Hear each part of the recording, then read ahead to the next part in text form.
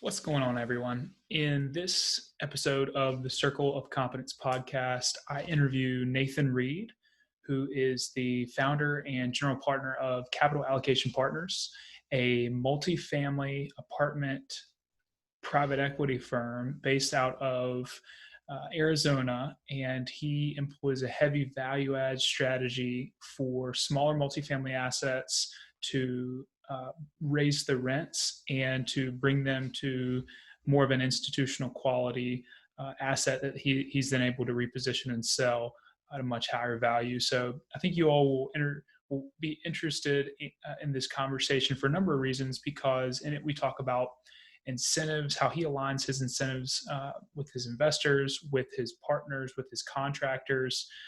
We talk a little bit about some of the markets that he likes, the coronavirus and how he's looking at things from a multifamily perspective, how he structures his deals, how he structures his funds, how he actually generates deal flow as well. So I've certainly learned a lot in this episode, and I hope you all will as well. Stick around to the very end. I asked some interesting questions that I'm hoping to hone over the next few episodes with different guests. But he's got some great advice, some great answers that I think you'll learn from if you stick around to the very end. So thanks for watching and enjoy the episode. Good deal. Nathan, thanks for coming on the Circle of Competence podcast. I appreciate you taking the time tonight. Yeah, you betcha. I'm excited. Yeah, man. Well, let's dive right in. Why don't you tell the audience just a 30-second minute background on yourself, and we'll start with some questions. So tell us your background, where you came from, and what brought you to real estate. Yeah, absolutely. So Arizona born and raised, went to ASU for undergrad and got an MBA at ASU as well. I used to be a CPA, but I won't admit it anymore, but I guess I just admitted it on your podcast. But I let my license go a long time ago. So sort of have a pretty heavy accounting and finance background, but just really didn't enjoy it, and sort of made the pivot to full-time real estate pretty early on in my career. For about a decade, I did the sort of CPA controller thing, and it was great. It was great for a background, but it just wasn't for me. So, and I worked for a lot of real estate guys, and I think some of the things that I sort of took away from that was some of the things not to do. Sort of doing the Charlie Munger inversion principle, like, okay, I see what these guys are doing and where they're struggling. I'll just make sure when I have my real estate company that I don't do that. So got a lot of head start from watching other people make some pretty crazy mistakes. Okay. You care to give a couple examples, just high level? I'm kind of curious.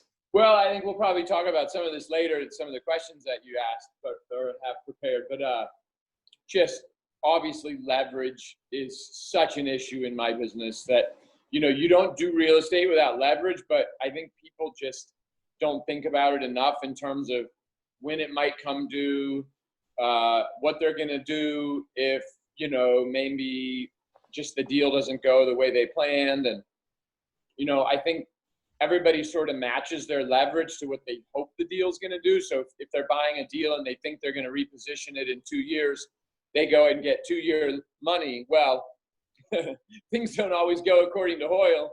So, I'd say that. And then I was just always amazed how heavy the staffing was at some of these firms. I mean, there's just not a lot to do in real estate deals, and you can outsource a lot of stuff, and especially now with technology.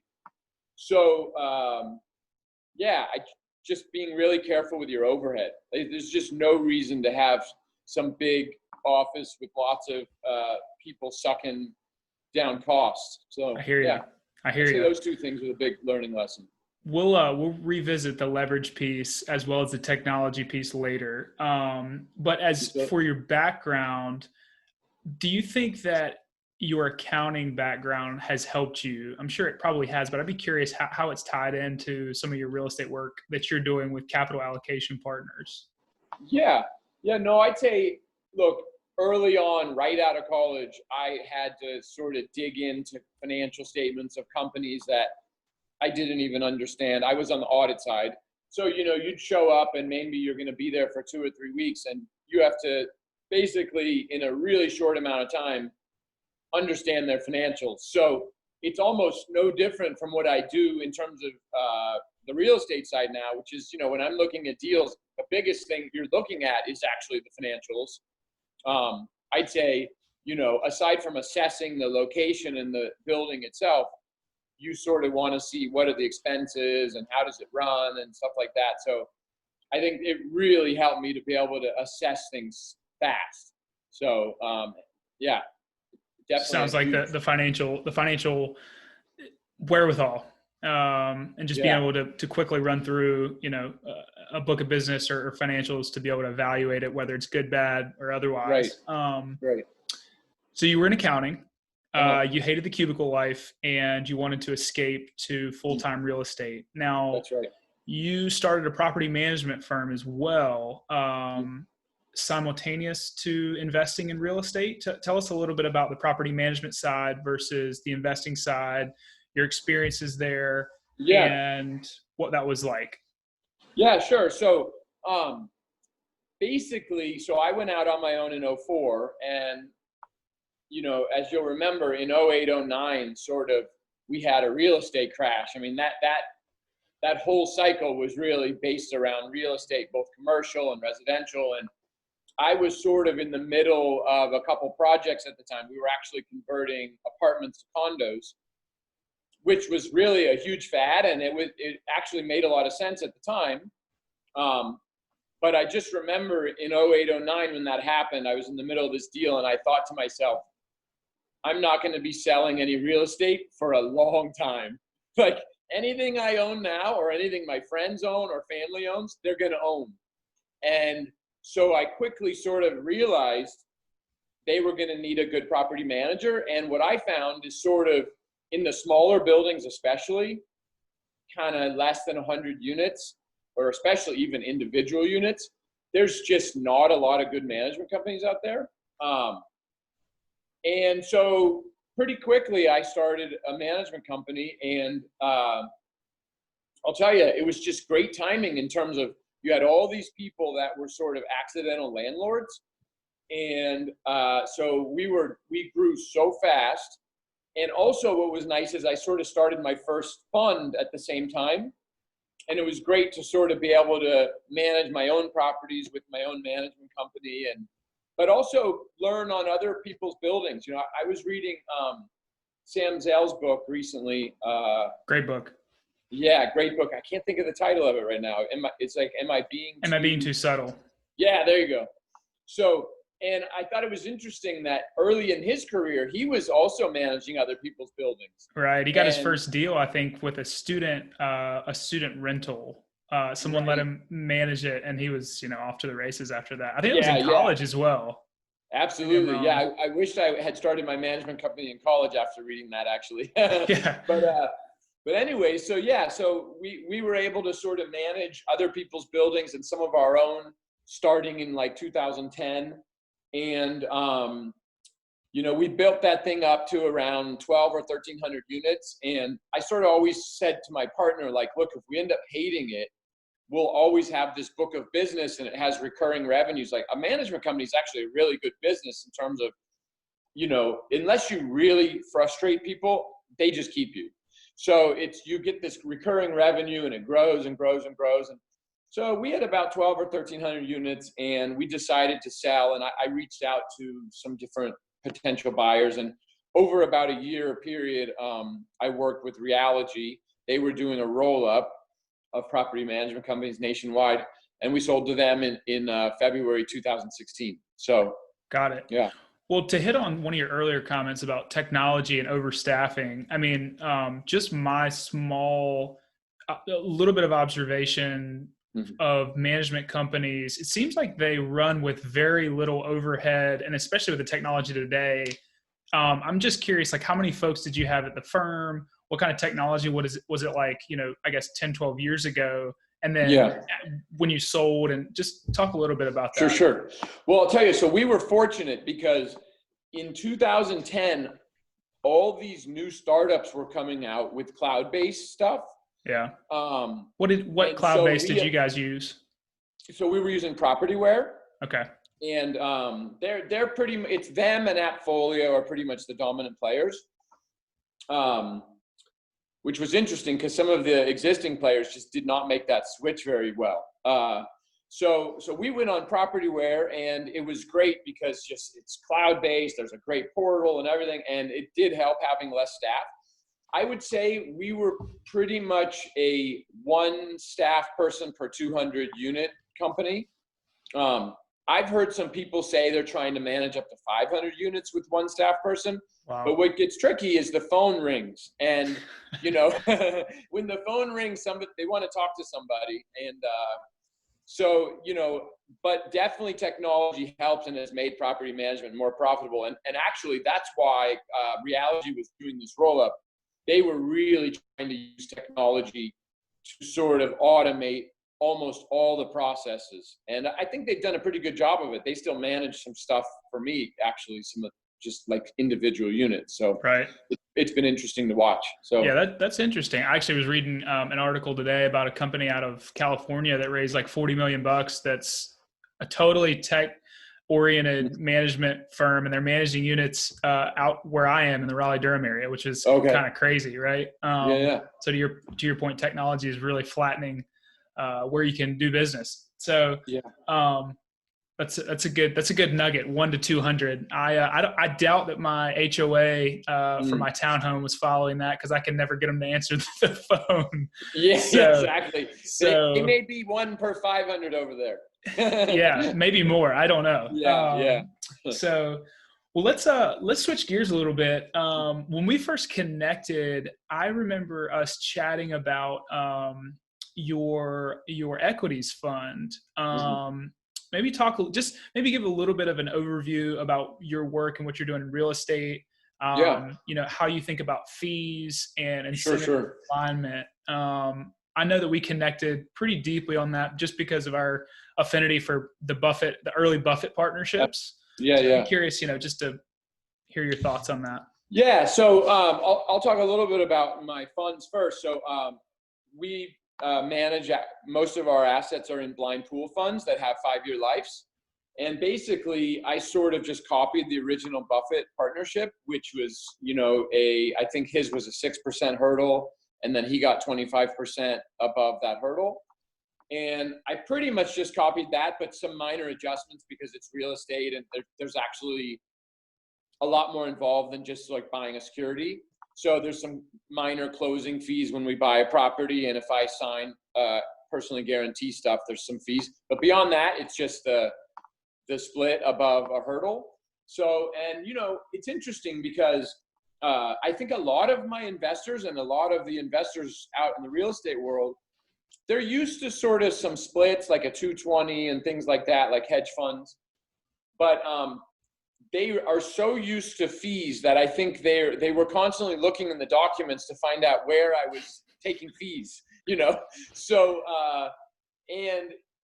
but yet it's still gets really hard to compete against some of the existing players that, you know, everybody's just used to these fees. So, you know, I'm a little bit doing what I did in the property management side, which was I was really trying to get everybody to the idea of you can offsite manage up to like 50, 60, 70 units. And everybody was so used to having payroll for a manager, payroll for maintenance.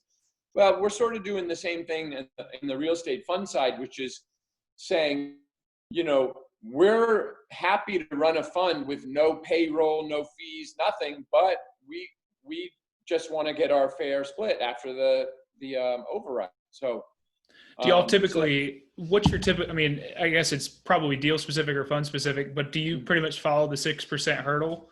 8. We're doing 8 right now. Okay. Yeah. And generally it was 8 with 25 split after that to us.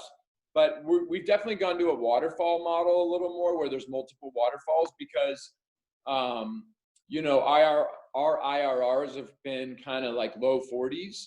So we feel like kind of after we've cleared 22%, that maybe the split should be a little more to us. A little bit more generous, yeah. Because of not taking the fees. Right. So on our most recent fund, the waterfall structure is just slightly different. Okay. But, That makes sense.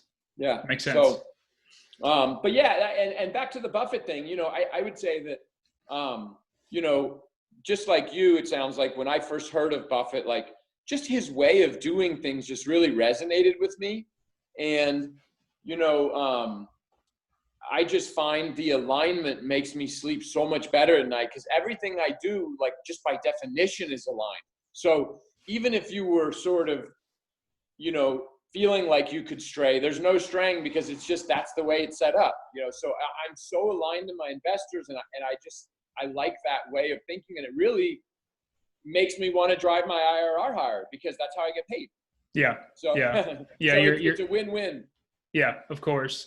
Now, are you guys are raising funds, not deal specific syndication, right? Correct. Yeah. I watch a lot of my competitors, and I'm probably one of the few guys that's doing it sort of at least on a smaller scale through funds. Obviously Blackstone's doing it through larger funds and such. But, my competitors spend so much time fundraising, where I spend time upfront fundraising, and then I have the money, and then we can spend all our time on the deals. And Interesting. it is such a gigantic waste of people's times. I feel like it's fundraising day in and day out for each and every deal. And, I think frankly, it's part of why we've been successful, because once the funds close, we're so hyper-focused on the deals. There's no more investor calls or investor meetings or lunches or coffee meetings. We're just hyper-focused on running our playbook on the deals that we have. That's awesome. So when you started your company, did you just raise a fund first, or was it deal specific? Like, did you migrate to that model over time? So I migrated to that model after the great financial crisis, because I kind of just wanted to make sure that from after that I always had some equity sort of held back. And I feel like when you raise it on a deal by deal basis, there's actually more risk in a way, because if you think about it, when you're raising capital on a deal by deal basis and you have a bunch of partners and maybe you need a capital call, how do you know that all those partners are going to make the capital call? And then now all of a sudden you have a deal that is short on money. And frankly, and I think one of your questions later is, how do you deal with a deal that goes sideways? I would say that's one of the main ways deals go sideways. They just run out of cash. And then you get this partner dispute where one of them's like, oh no, I spent all my money on a condo in San Diego, sorry. And then the other partner's like, I'm not putting it in if he doesn't put it in. And so we just like having the money there, and I feel like it protects our investors actually. So that's a great point. Yeah. Well, let's go there. Since you went there, deals going sideways. That's a good point, that in real estate, it is very illiquid. And if you run out of working capital, or you need some sort of capital call, you really have no recourse. And you can have one investor sort of screw everyone else. So besides that, I mean, let's kind of get back to that point about when you're an accountant, seeing things go sideways, what to do, what not to do.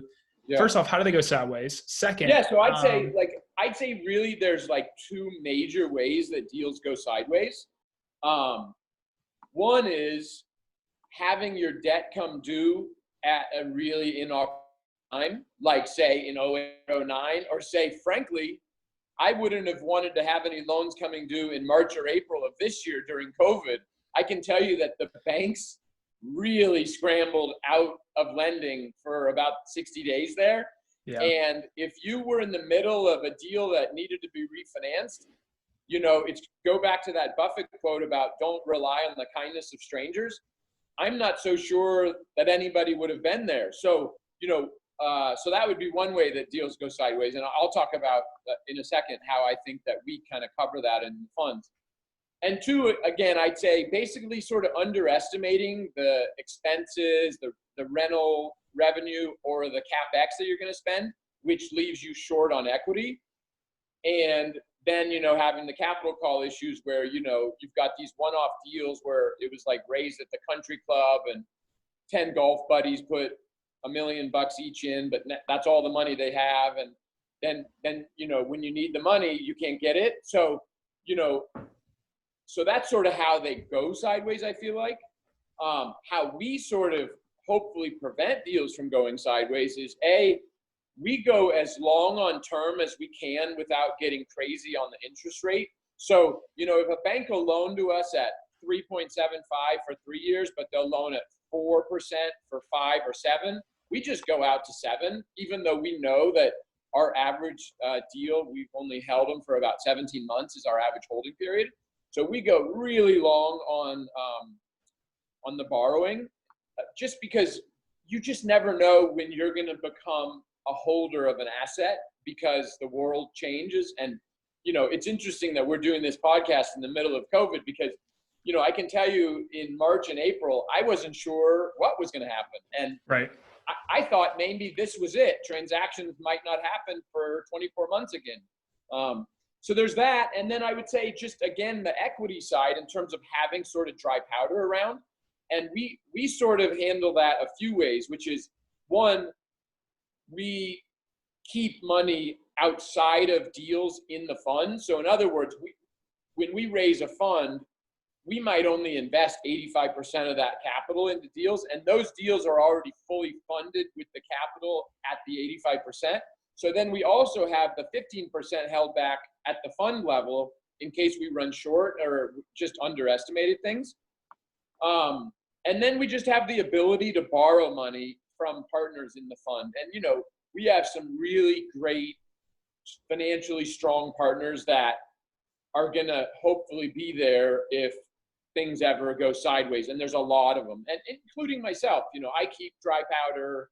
They have dry powder. We have dry powder in the fund. So, we're definitely into the 4 engines on an airplane thing, and there's a reason why there's 4 engines when you're flying over the Atlantic Ocean, because you might lose 2 or 3 of them. Hopefully not all 4. So, yeah. So it sounds like over leverage, need for capital at the wrong time, maturing of debt at the wrong time, and bad underwriting. Sounds like all recipes for potential disaster. I'm curious on the debt side, when you guys are negotiating, so you have your 5 or 7 year call periods, but then what type of amortization periods are you typically seeing right now for some of the deals y'all are doing? Pretty much 25 to 30, Okay. But, our deals are repositions. I mean, that's our model. And we can we should have gotten into that at the beginning. Sorry to interrupt. Sorry about that. Yeah, we'll get into that in a second. So yeah. basically, since we're repositioning multifamily, a lot of times the first 2 years are interest only.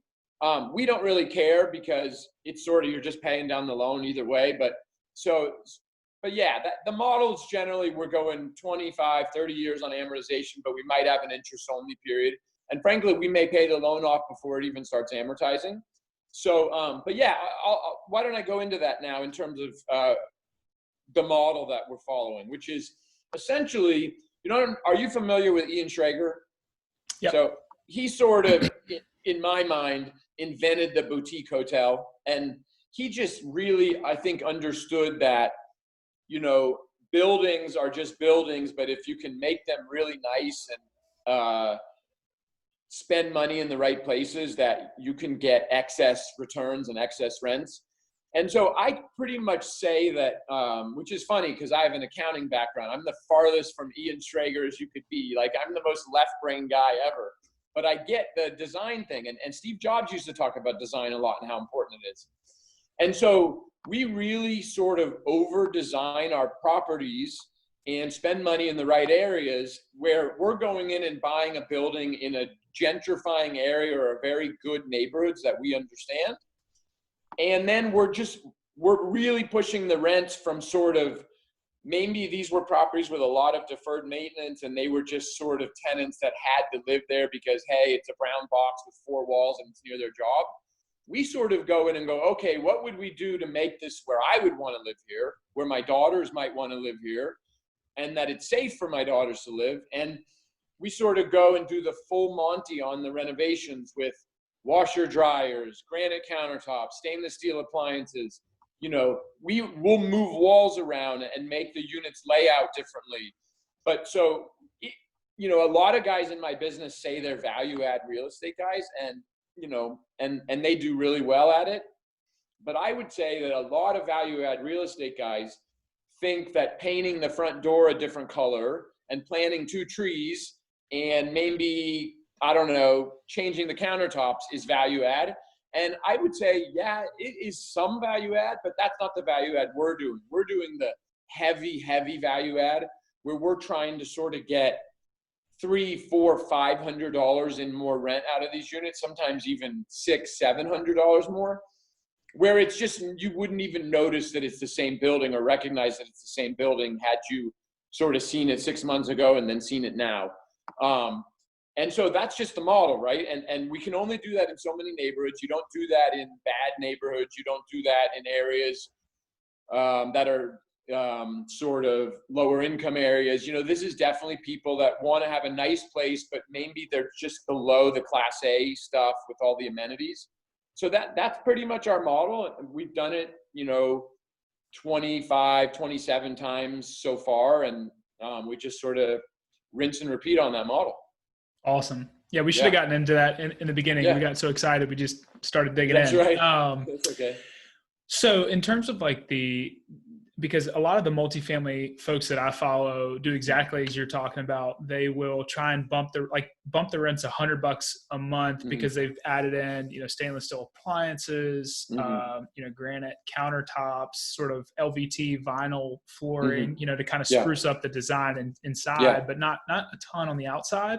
So I'm curious. I mean, I'd love to kind of dig into what are some of the structural or heavier value add stuff that you guys are, or maybe just go through a deal that stands out in your mind. Well, I sort of talk about 2 different things. So one deal we're doing in Tempe right now, which is near ASU, which is the largest college actually in the United States. Just crazy amount of students. I think there's 70,000 on campus. So we like Tempe. It's a great little submarket, but we're doing a deal there where it was a master metered building and it had a chiller system that was just leaking like a sieve. There was not a unit that you went in, you couldn't see that there had been water damage where the chiller had leaked. Wow. So frankly, every time that deal would go in escrow, they would blow out because they would ask for $200,000, $300,000, $400,000 credit to replace the chiller because it's expensive to repipe a chiller system. So we went in there and we just said, hey, let's just ditch the chiller. And we put it's a 40 unit building, 40 individual HVAC units on it. And we individually metered the building, which accomplishes actually 2 things. It gets rid of the chiller that's leaking everywhere, which is really good. Right. And it pushes the electricity onto the tenants. So our value add there was actually a little bit different than what we normally do, which is we were reducing the expenses by, say, almost $1,000 a door by getting rid of the chiller. But we were also giving the next guy sort of this brand new building with all of the behind the walls stuff done, you know, because frankly, that's the thing that a lot of value add guys don't do. You know, they fix the colors or the design, but they don't fix the plumbing. They don't fix the electrical. And they're sort of trying to pass the hot potato off. And so, you know, on that one, we read our value add again was like mechanical, electrical. So that would be sort of a unique way that we create value. And then I would say like we're doing a deal in downtown Phoenix right now, which is probably one of the best submarkets in Arizona. Probably one of the better submarkets in the nation, to tell you the truth. It's just there's a lot going on in downtown Phoenix.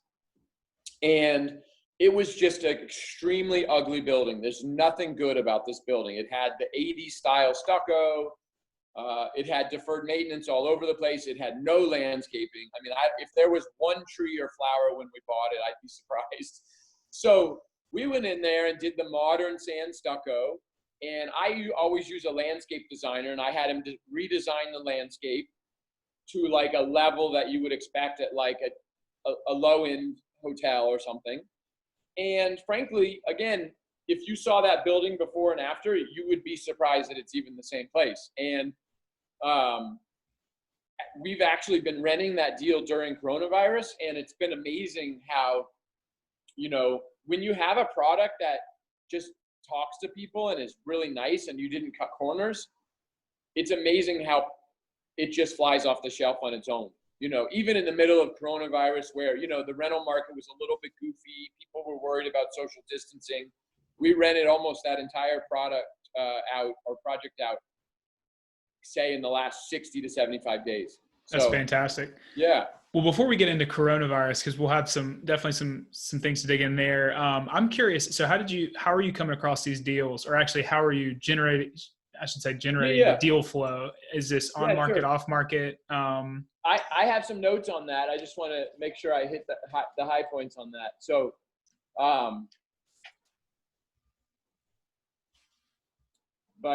mainly our deals are sourced through the brokerage community. Look, these guys in the brokerage community, they are good at what they do. I know guys that have been in the business for 30 years that are still cold calling every single day. And this is just something that I would never do. I'm not good at it. Yeah. Calling sellers and seeing if they want to sell their building and taking rejection over and over again. So we really sort of are tied into, I'd say, all of the big apartment brokerage houses in town. And our model with them is sort of like this, that bring us the deals and we'll be the easiest buyer that you'll deal with. We might not be the buyer that's going to give you the highest offer, like the sort of drunk buyer, but we'll pay a good price, a fair price. And also, if I tell you a price, I'll close at that price. And we can get financing because we've done so many deals. So that's sort of step one in terms of being an important customer to these guys and sort of being like a go-to buyer. But then the flip side of it is that I tell every one of them, and I'll never violate this, that if you bring me the deal, when we're done repositioning it in 17 months, you get to sell it. That's good. Interesting. Yeah. So they get to double in these things. And I feel like for the most part, our product is very dialed in when we're done. So they get to sell a very nice building too, where usually when I'm buying, I would call a challenged building. So, in fact, the more challenged, the better in a way, as long as it's well located. But then I'm delivering a non-challenged building to them to sell to the mailbox money crowd, right? So my view is that I create bonds for the next guy, but I don't want to own a bond. I just create them. Right. So, and that's how we drive our IRR, taking challenged stuff and making it unchallenged and letting, some retiree that lives in another state buy it and they can just earn income off of it. So, right. Yeah. That's a great overview and sort of tie into the model as well. So, I'm curious, this is obviously a volume business at the end of the day, right? There are some who are out there who, like you say, they want to own it long-term, whether long-term is 5 to 10 years or, forever, as long as the economics make sense. In real estate, the cash flows sort of, once you have the value add part of it, if it goes from 500 a door to 1,000 a door, it's not like it's going to go to 2,000 a door. It's not like a tech startup that's, J curve. It's, you have to force that appreciation. So, correct. Do you think that's always going to be the model that you want to pursue, is taking it from 500 to, 100? Like, at what point does the firm, achieve sort of a capacity, right? Like, I'm just curious about I think there's a couple issues, which is, like, I'll give you for example. In Austin, I've gone to Austin. I've looked at some deals. I've talked to a lot of brokers in Austin. And I can't tell you if this is a 100% true statement, but I'd say it's probably 97% true. Austin's a smaller market than Phoenix, but a lot of their deals have been fixed up already. So you actually could hit a point where theoretically all of the really well-located apartment deals have been renovated, and then there's nothing left for us to do. So, which, I don't look forward to that day because I actually kind of like this model. But because of that, we are going to a little bit of a ground-up model, but in the same neighborhoods, which is buying sort of infill lots, building rental product, townhome-style rental product, though, and adding value by taking these infill lots that are a huge pain and most people don't want them because they're a little too small, and building like 10, 15, 20, 24, 30 units on them. And sort of it goes to one of the things I didn't talk about in my current business model, which is there are a ton of buyers for these bonds that I create. And so it's nice to do 200 unit deals, but those are institutional people generally that are buying those. Where when I build a brand new 24, 30 unit apartment building, there are 1,000 1031 exchange buyers for that. So we like to sort of compete down there in that middle ground between like mom and pop and the institutions where there's just so much activity. That sort of goes to your question about, will I do this model forever? We're already a little bit pivoting to some ground up while we continue to do the renovation stuff. So, right. And I'm imagining, I mean, from what I can tell and just observations, I mean, there's so much capital out there looking for deals. But they're looking for the 200 unit deals. And a lot of people don't want to roll up their sleeves, which is what I love about your model is you got to roll up your sleeves, be willing to do the heavy value add, potentially change the tenant base around a little bit if there's a ton of, pushing the rents and a ton of value add going on. Talk a little bit about the ground up development though. I work in commercial mixed use ground up development, large institutional in Raleigh, North Carolina. And the market has been hot for a long time and it's just continued momentum. A lot of folks say it's Austin sort of 15 years behind, right? Sure. So I'm a little bit more familiar with the development side, but I want to hear, what you're seeing in the Phoenix market and what you're concentrating on, how you look at development deals. Yeah. Well, and let me just talk about one thing you said before that. And then I'll talk about that. 200 unit deals are great. And we may find ourselves doing some larger ones, but frankly, for my model, I would rather do 4 50 unit deals than 1 200 unit deal. And I would bet a lot of money that we would make crazy significant amount more off of 4 50 unit deals than a guy doing a 200 unit deal. I just think there's just more margin in them.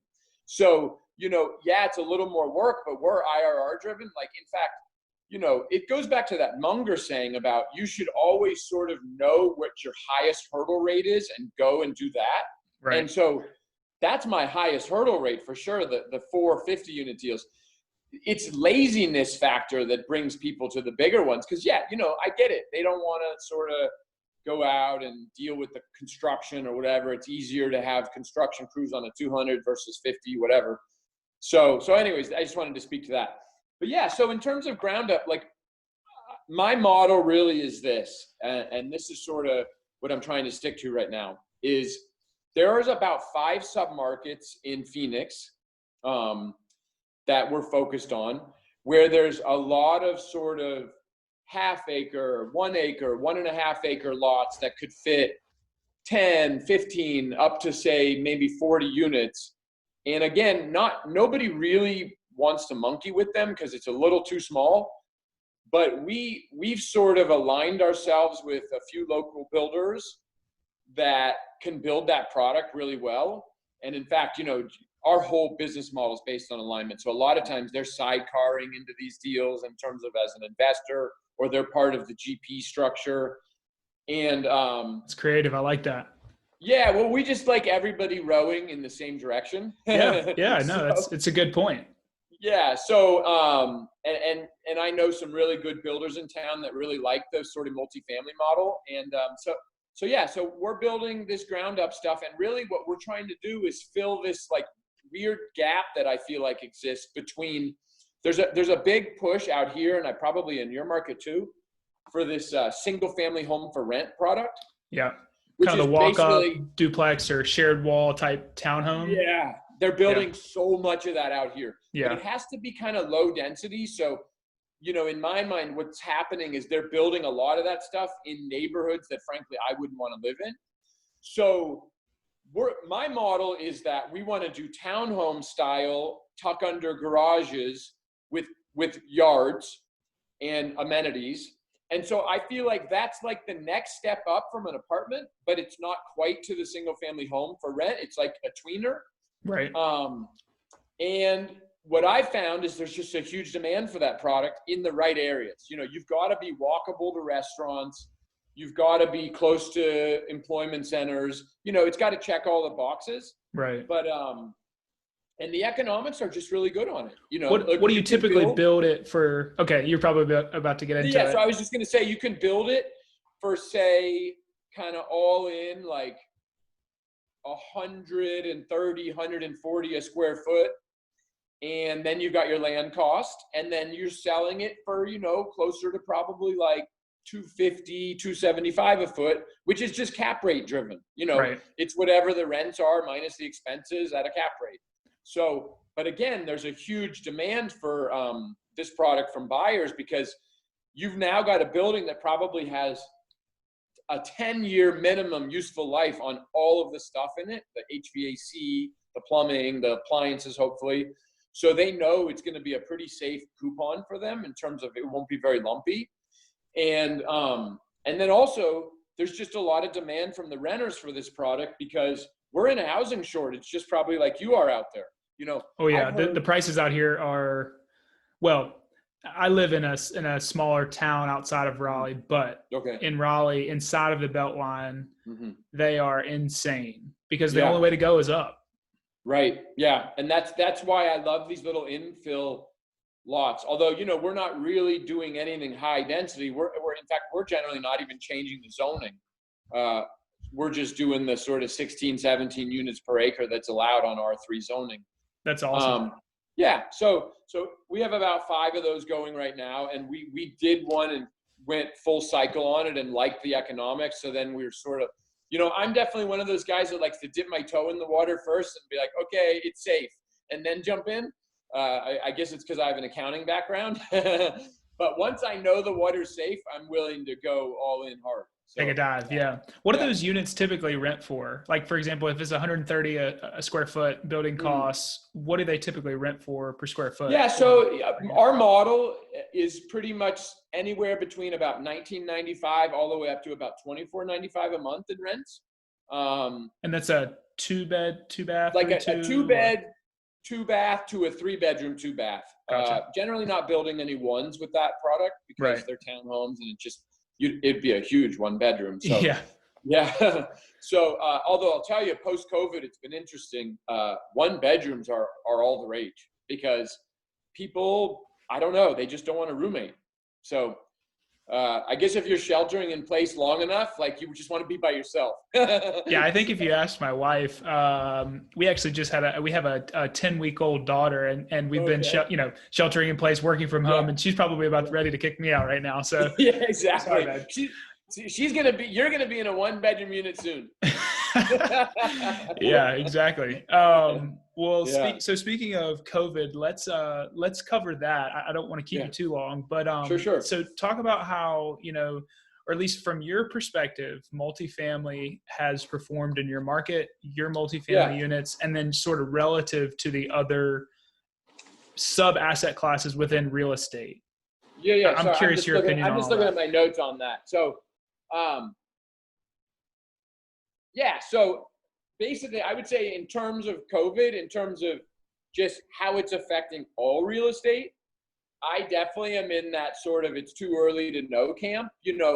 It's interesting because I've heard, I think it was Steve Schwartzman, and I've also heard Bruce Flatt say they think people will need more space, because you're going to have these offices and you're going to have to be more socially distanced to make people comfortable. So now, granted, these are guys that own lots of office buildings. That was what I was about to say. Yeah, maybe they're talking their book a little bit.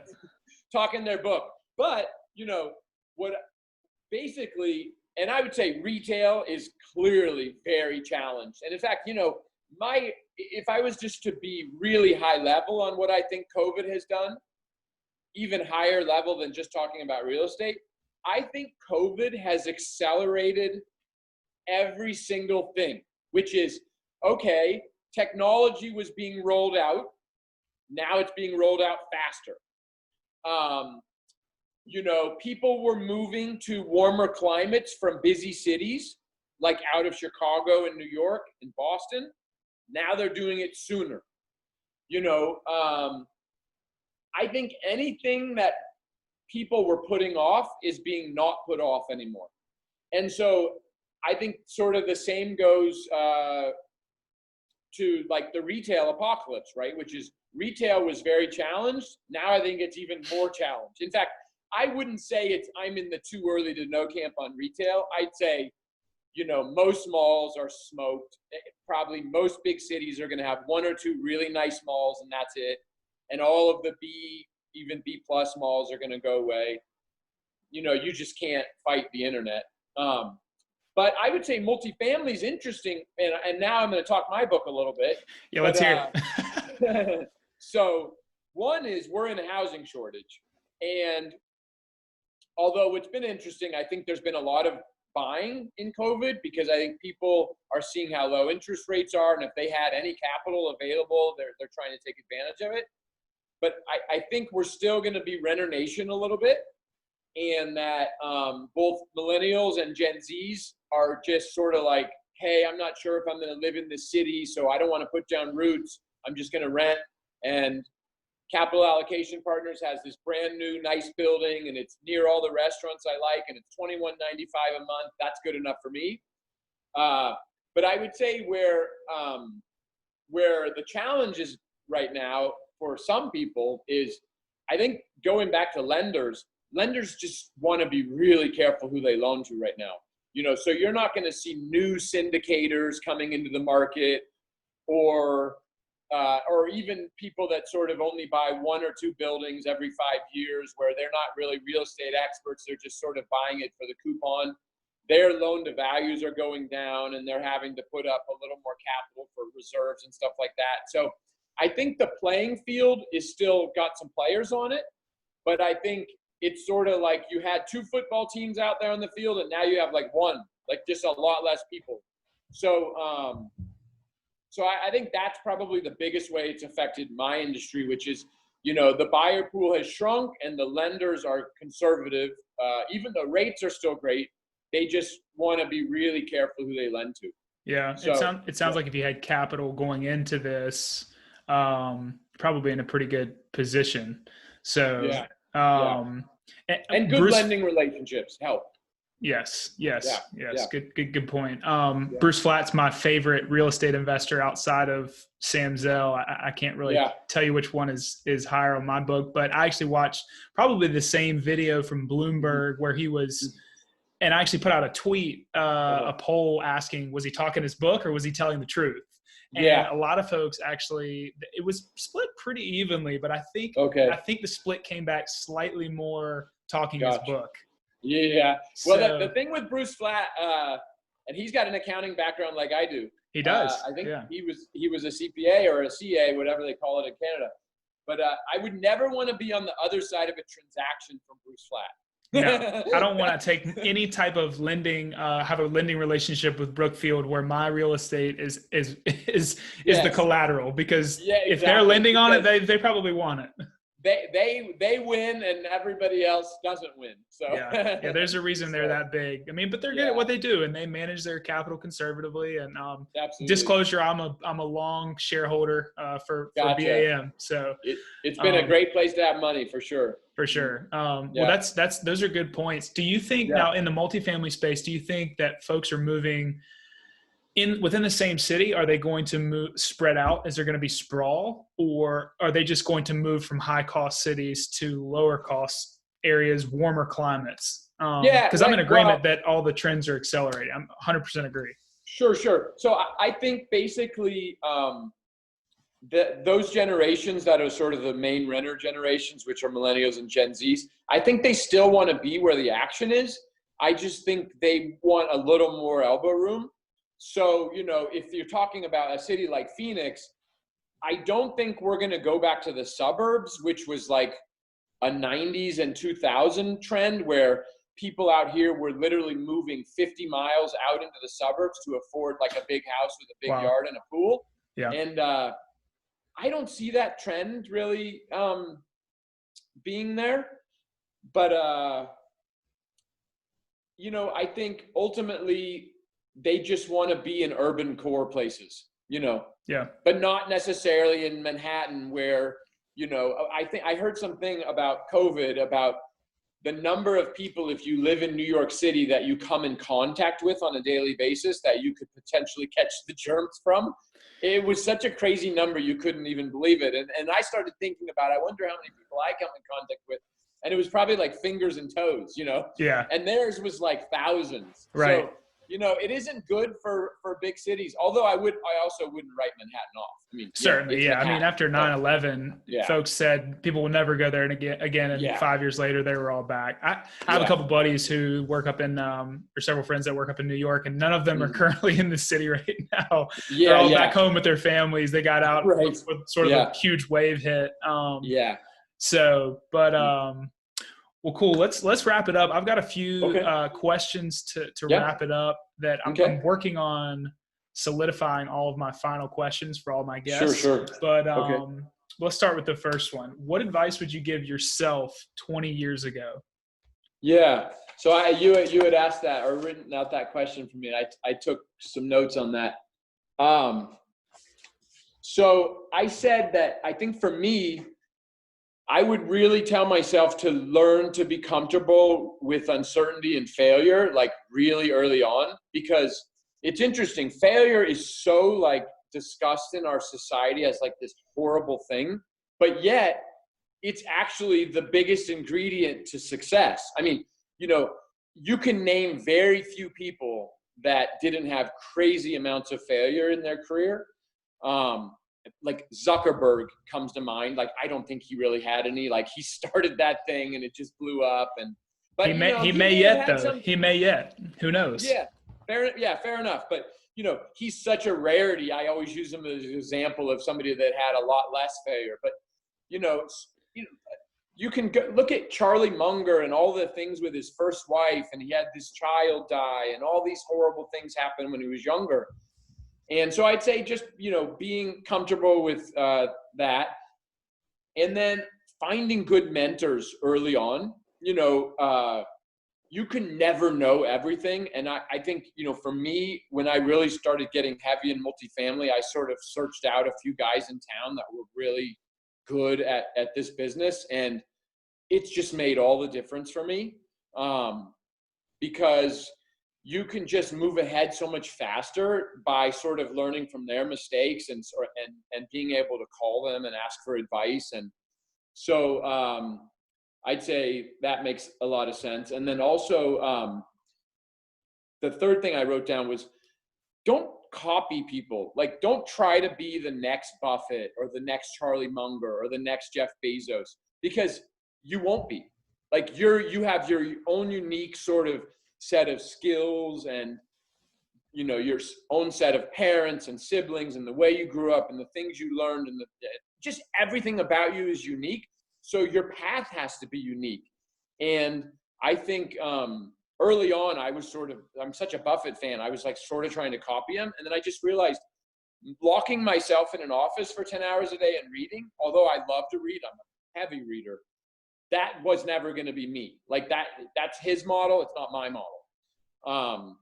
So yeah, I think that those are the big things. Those are great. I love to read too, but I also like to get out, and I've discovered that in coronavirus, working from home this entire time. So right, yeah.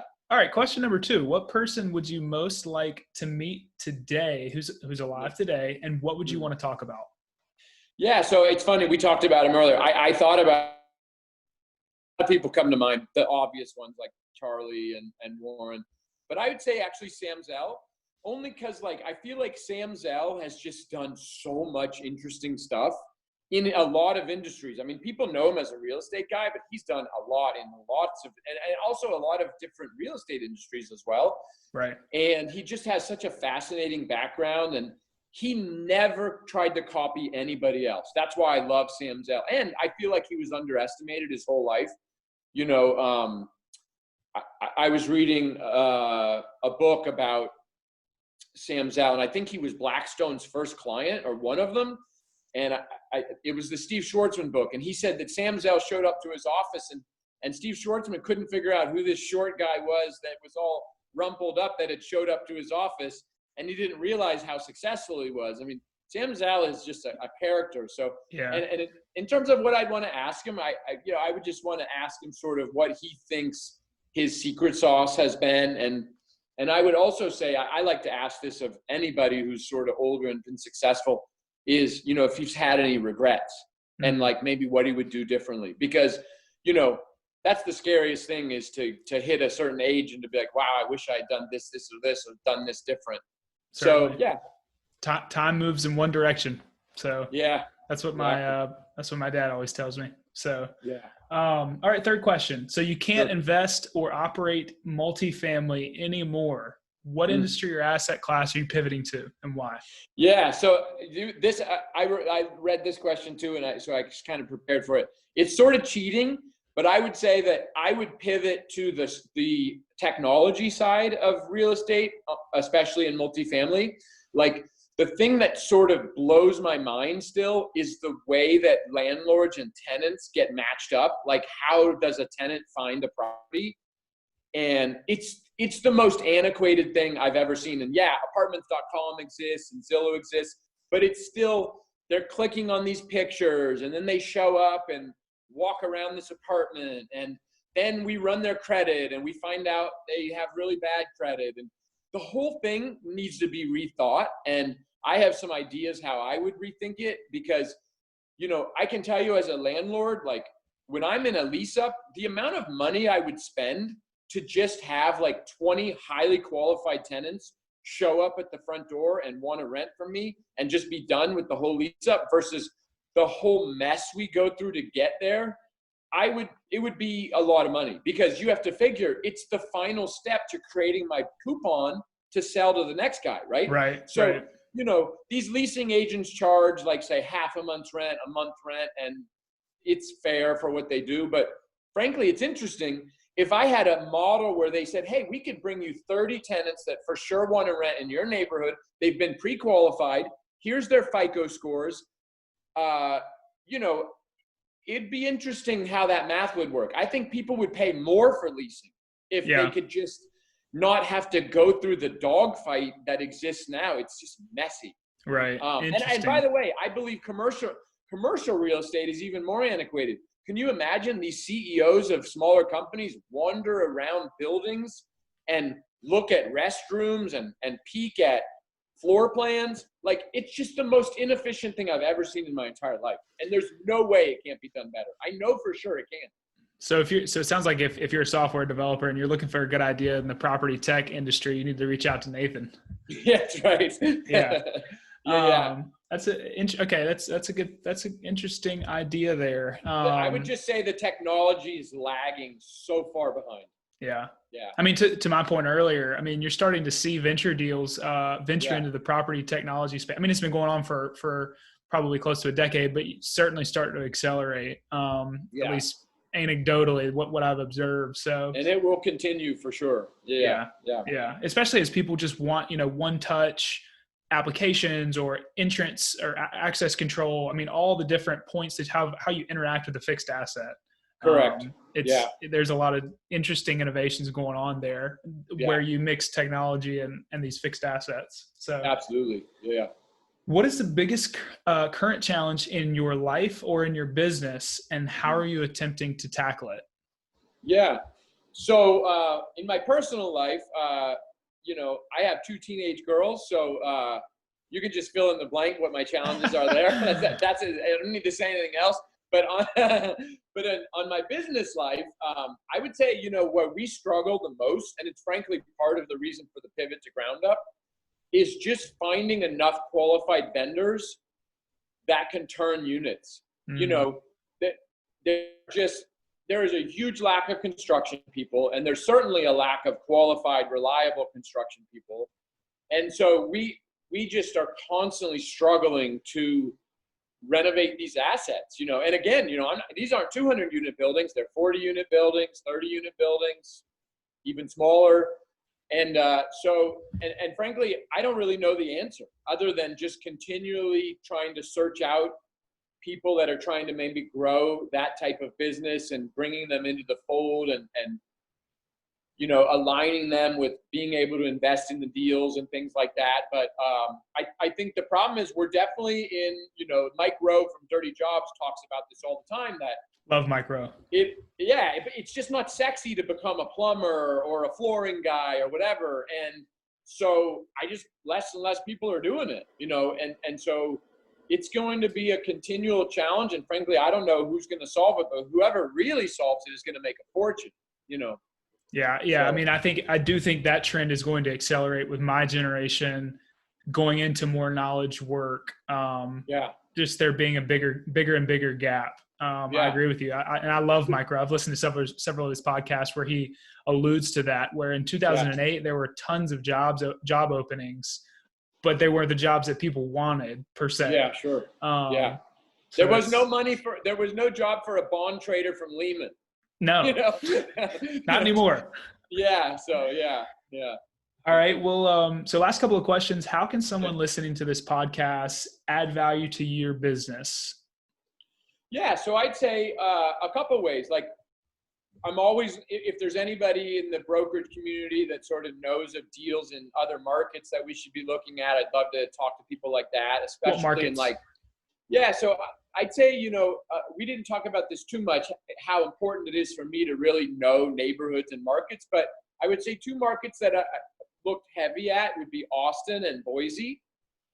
Both sort of fit that sort of idea that people are going to lower density states. Even though I get Austin's a big city and a thriving city, it's still low density, lower. Mm-hmm. And Boise for sure fits that. And places that people are migrating to. And then I would say another way is just, we're always looking for new accredited investors. So just reach out and sort of make an acquaintance. So if we're ever raising a fund again and they're a qualified investor, I'd love to talk to them because, like I said earlier, we raise these funds one time up front and then we go invest for several years. And so the front end is really important to get in front of as many people as possible to raise the fund so that we can have capital to deploy. So awesome. It's our dry powder, it's our jet fuel. So that's right. Yeah. Well, then that leads to my last question. Where can people find out more about you and your business? Yeah. So the best place would be our website, which is capitalallocationpartners.com.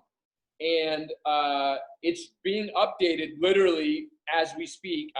It's about to go live. So like next week, it'll be live with all of our projects on it and information about all of the staff that we work with and information about me and what we do as a company. So yeah, the website's the best place and my contact info is on there. So. Perfect. Awesome. Yeah. Well, Nathan, thanks so much. We've run a little bit over time, but I think everybody's going to enjoy this. It's been a fantastic conversation. So thanks for coming on. Absolutely. Thanks for reaching out. We'll catch up soon. Sounds good. Thanks, Nathan. Thanks. Take care.